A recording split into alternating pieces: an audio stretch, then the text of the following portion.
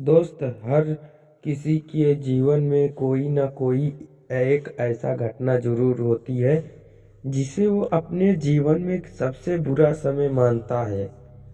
लेकिन किसी न किसी रूप में कोई न कोई हमेशा उन परिस्थितियों में मदद के लिए पहुंच जाता है, जरूर ही पहुंच जाता है।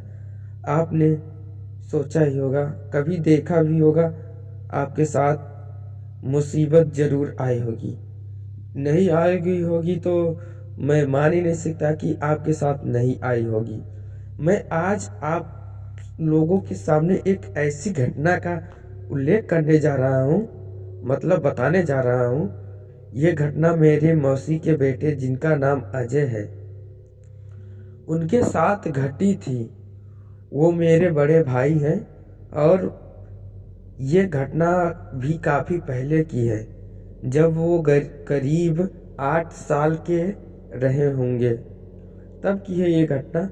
तब मौसी कानपुर मेडिकल कॉलेज के पास होटल में रहती थी। भैया ने दादाजी काफ़ी जाने माने इंसान थे। वहाँ की अच्छी खासी हस्तियों में उनका नाम था आज़ाद मैगजीन कर्नल के नाम से। उनकी किताबों की अच्छी खासी दुकान थी और न्यूज़पेपर के साथ कानपुर से सबसे बड़े हैकर जेका बोलते। उनका नाम कुछ और ही था, मगर वहाँ सब उन्हें आज़ाद के नाम से जानते थे।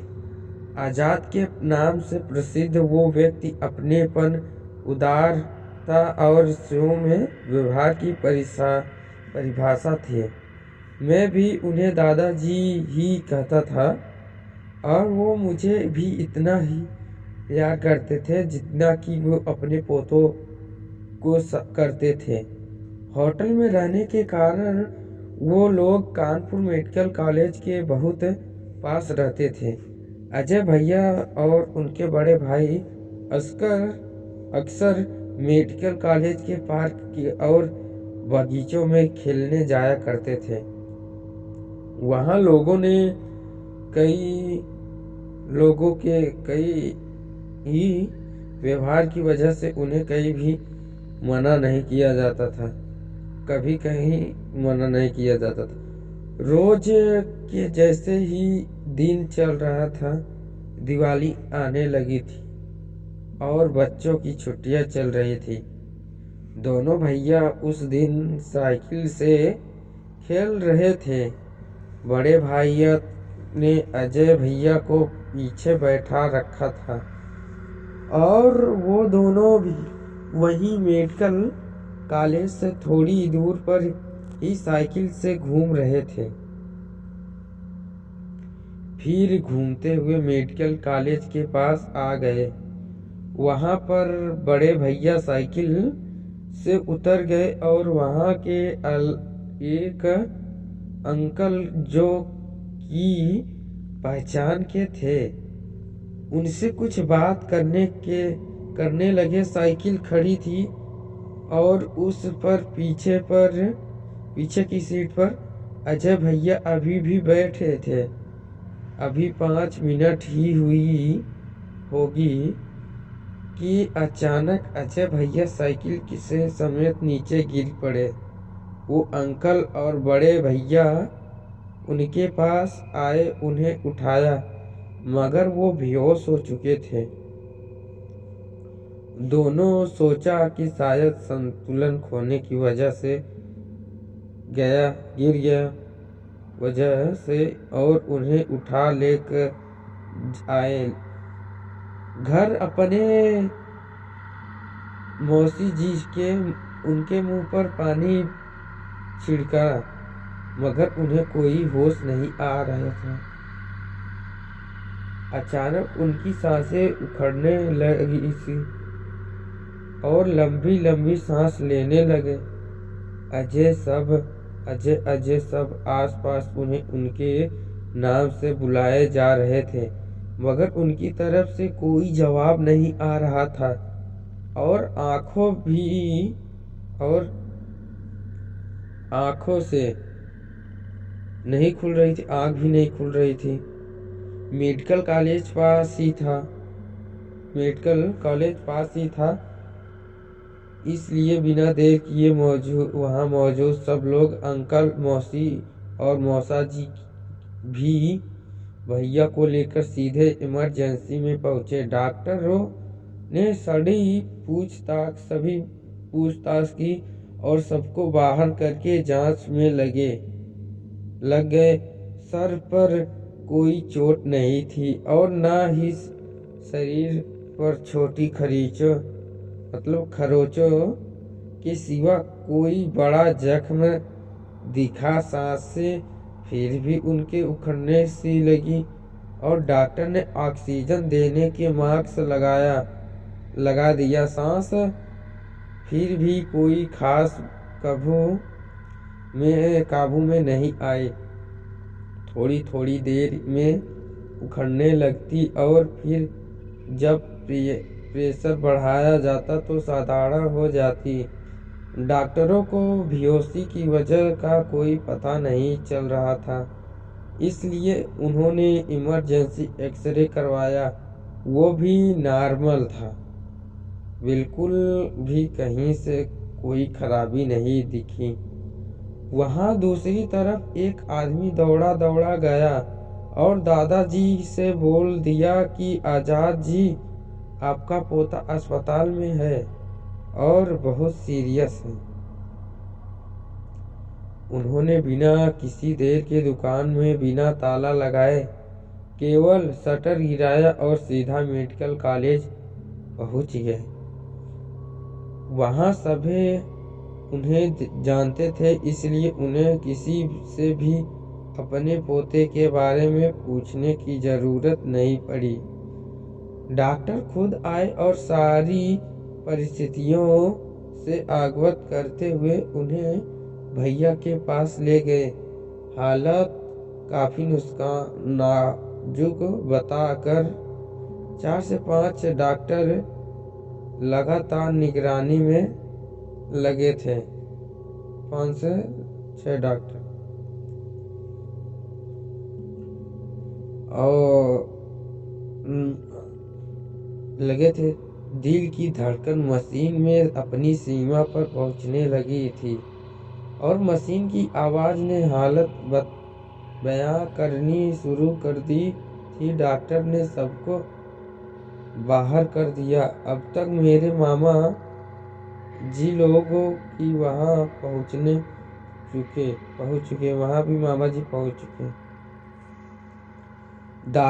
दादाजी रिसेप्शन के पास गए और अपने पहचान के डॉक्टरों को फोन कर दिया।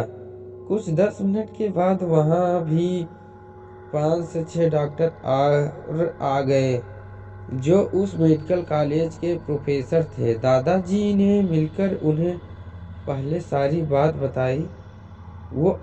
उन्होंने ध्यान से सुना और फिर बिना देर किए उस वार्ड की तरफ बढ़ गए जहां भैया को रखा गया था। उनके दरवाजा खोलने से पहले ही अंदर से बाहर आ रहे थे। डॉक्टर ने दरवाजा खोल और प्रोफेसर को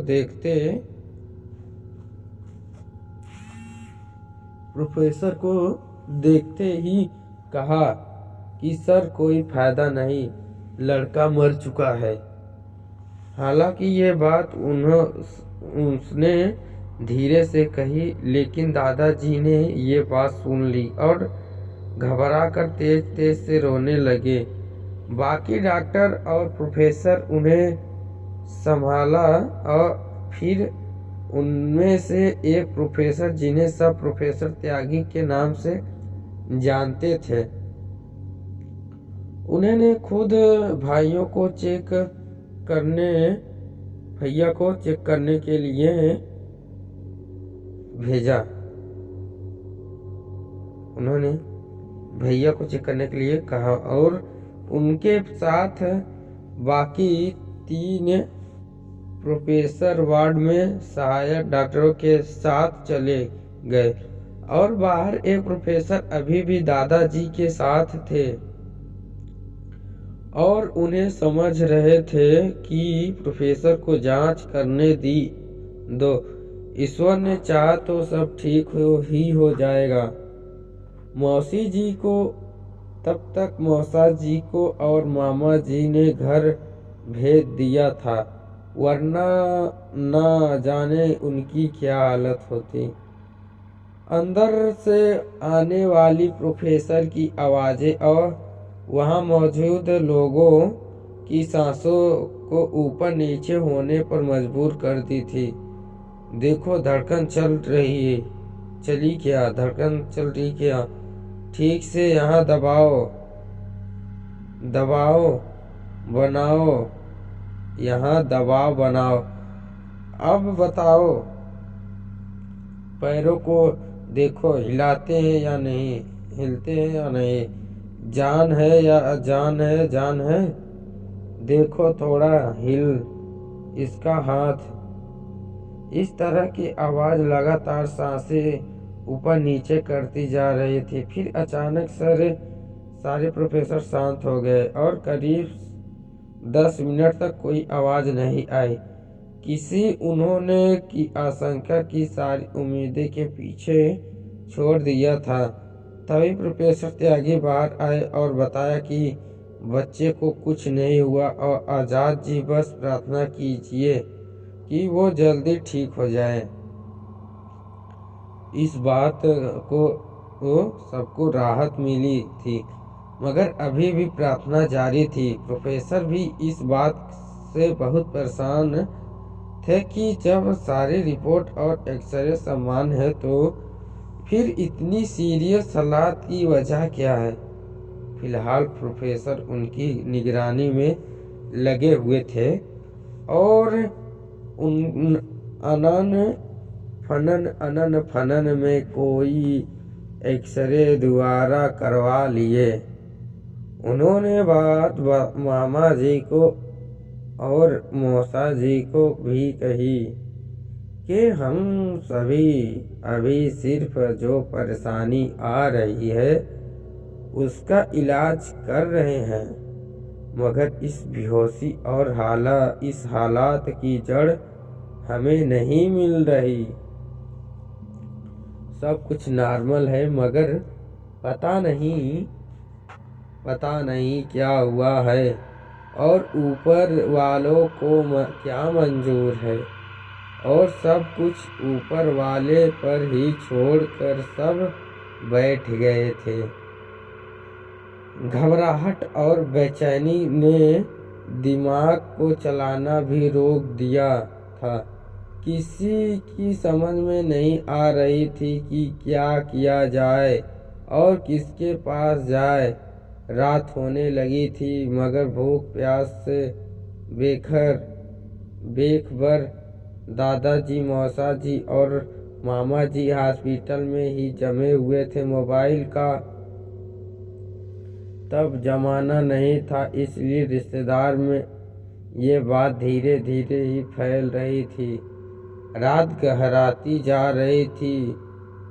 घर से आया हुआ खाना सब जस का तस रखा था, मगर किसी का खाने का मन नहीं हो रहा था। फिर दादाजी को घर भेजकर मामा जी और मौसा जी ही केवल हॉस्पिटल में रुके थे और आईसीयू में भर्ती का भैया की समय समय पर की खबर ले रहे थे। भाइयों की हालत वैसे ही बनी हुई थी कि कोई होश नहीं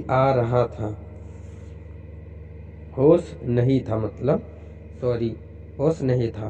उन्हें रात के करीब 1 बजे मामा जी सिगरेट पीने के लिए बाहर गए। वो सिगरेट पीते हुए टहल रहे थे और ये सोच रहे थे कि न जाने क्या होने वाला है और क्या हो सकता है। तभी पीछे से आवाज आई, काका भैया नमस्कार। मामा जी ने पीछे मुड़कर देखा और बिना मुस्कुराए जवाब दिया, अरे मुन्नीलाल कैसे हो? हम तो ठीक हैं, आप बताइए इतनी रात को और यहाँ कैसे? उन्होंने मामा जी से पूछा। मामा जी ने शुरू से आखिरी तक सारी बात बताई। इतना कुछ हो गया हमें बताया भी नहीं। हम तो यहीं हैं ड्यूटी पर, बस पीछे मुर्दा घर में। उन्होंने मामा जी परेशानी समझते हुए कहा, क्या बताएं भैया, सुबह से तो खाने पीने का भी होश नहीं है। घर पर दीदी ही बेहाल पड़ी है, समझ नहीं आ रहा है क्या हो रहा है, क्या होगा। मामा जी ने अपना हमदर्द समझकर अपना सारा दुख नम्न आंखों से उनके सामने रख दिया। भैया परेशान न हो, बस 3 घंटे और रुक जाओ, सुबेरा होते ही बस हम अपना झोला ले आएंगे, फिर देखते हैं कहीं कोई ही बस हम अपना झोला लेकर आएंगे, कोई और बात तो नहीं है। उन्होंने मामा जी से कहा, देखो भैया जैसा बन पड़े करो, बस ये ठीक हो जाए। मामा जी ने उनसे नई उम्मीद से कहा। उसके बाद थोड़ा इधर उधर के बातें और वापस आकर मामा जी भी वही आईसीयू के बाहर बैठ गए। जस के तस रह कर किसी तरह से दोनों ने वहीं पर रात गुजार दी। रात भर भैया ने कोई बदलाव न देखते हुए डॉक्टरों ने उन्हें आईसीयू से अलग एक वार्ड में स्थानांतरित कर दिया। सुबह दादाजी और मौसा जी भी आए और रोते बिखरते किसी तरह अपने बेटों को देखा और फिर मौसा जी के साथ घर चल गई। मामा जी ने दादाजी मुन्नीलाल के बारे में बताया और उनकी इजाज़त मांगी। उन्होंने अपने बेटे के लिए जिस तंत्र मंत्र पर कभी विश्वास नहीं करते थे उसे भी इजाज़त दे दी। शायद कोई चमत्कार हो जाए और अजय ठीक हो जाए। मामा जी भी घर गए और जल्दी से जल्द नहा धोकर वापस आ गया, क्योंकि उन्हें मुन्नीलाल से जो मिलाना था। खैर मुन्नीलाल को आने से देर हुई और वह 6 बजे की बजे 7:30 बजे आए, मगर उनकी आने में देरी को लेकर किसी ने कोई आपत्ति नहीं जताई। मामा जी उनके इंतजार में थे और उनके आते ही सीधा उस वार्ड की तरफ बढ़ गए जहां भैया को डॉक्टर ने रखा था। मामा आराम से जाकर अंदर दादाजी से बताने लगे कि जिनके बारे में बताया था वो आ गए, लेकिन ये क्या, वो दरवाजे के बाहर ही खड़े थे। मामा जी ने उन्हें अंदर आने का इशारा किया, मगर फिर भी वो वहीं खड़े रहे। अंदर आने की कोशिश करते और फिर वहीं खड़े हो जाते। ये देखकर मामा जी को अजीब लगा और मामा जी ने जाकर उनके पूछा, क्या हुआ भैया, अंदर क्यों नहीं आ रहे हो? काका भैया, हम बहुत कोशिश कर रहे हैं, लेकिन ये लड़का जिसकी चपेट में है वो इतनी प्रबल शक्ति है कि हम खुद को जिस विद्या से बंधे हैं उसके साथ हम इस कमरे में घुस ही नहीं सकते। उन्होंने थोड़ी सी माथे पर चिंता की चिता की लकीरें को उभार कर कहा। मामा जी इस बात से थोड़ा परेशान हुए और बोले, अब क्या करे भैया, अब कैसे क्या होगा। अगर इसके आगे आपको कहानी सुनना है तो हमारे चैनल को सब्सक्राइब कर दो और इसके पार्ट 2 कल आएगी। ज़्यादा हो गई है इसलिए इसकी पार्ट 2 कल आएगी। तो चैनल को सब्सक्राइब कर देना, लाइक कर देना और शेयर कर देना। और ऐसे मिलेंगे इंटरेस्टिंग वीडियो के साथ। और आपको भी कहानी डलवाना है और सुनवाना है तो हमारे चैनल को सब्सक्राइब ज़रूर कर सकते हैं। और हमारे इंस्टा ID पर जाके वहाँ से आप भेज दो और मैं आपका एक कहानी भी सुना के डाल सकता हूँ। अगर ऐसे कहानी आपको सुनना है तो इसके पार्ट 2 कल मिल जाएगा। आप लोग चिंता न करें। तो फिर से मिलेंगे अगली वीडियो में। जय हिंद, जय मसीह, वंदे मातरम, जय बजरंगबली, सभी देवताओं की नमस्कार। तो फिर से मिलेंगे अगली वीडियो।